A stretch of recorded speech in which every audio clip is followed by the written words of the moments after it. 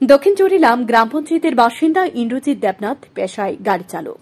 শনিবার সকালে তিনি তার TR04B1633 নম্বরের একটি বোলেরো গাড়িতে করে ৩০০ ডাবার গাছের চারা নিয়ে যাওয়ার সময় বিশ্রামগঞ্জ থানার নাকা পয়েন্টে পুলিশ গাড়িটিকে দাঁড় করানোর নির্দেশ দেয়। গাড়িটিকে সঙ্গে সঙ্গে দাঁড় করান গাড়ি চালক ইন্দ্রজিৎ দেবনাথ। নাকা পয়েন্টে কর্তব্যরত পুলিশ কর্মী চেকিং এর পর গাড়িটি ছেড়ে দেয়। এরপর ইন্দ্রজিৎ দেবনাথ এই ৩০০ রাবার গাছের চারা নিয়ে অমরপুরের উদ্দেশ্যে রওনা হয় তার বলেরো গাড়িতে করে।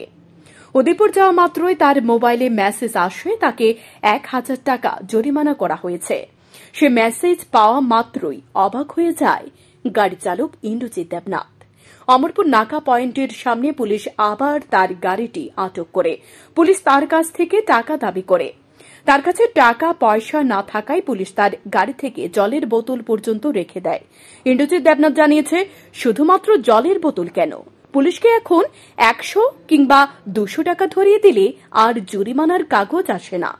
আর গাড়ি চালকদের কাছ থেকে টাকা পয়সা না থাকলেও চলবে, তাদের কাছে বিড়ি, সিগারেট, খনি সহ যেকোনো তামাক জাতীয় দ্রব্য থাকলেই আর জরিমানার প্রয়োজন হবে না।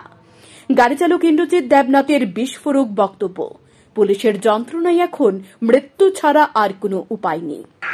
যারা আছে তারা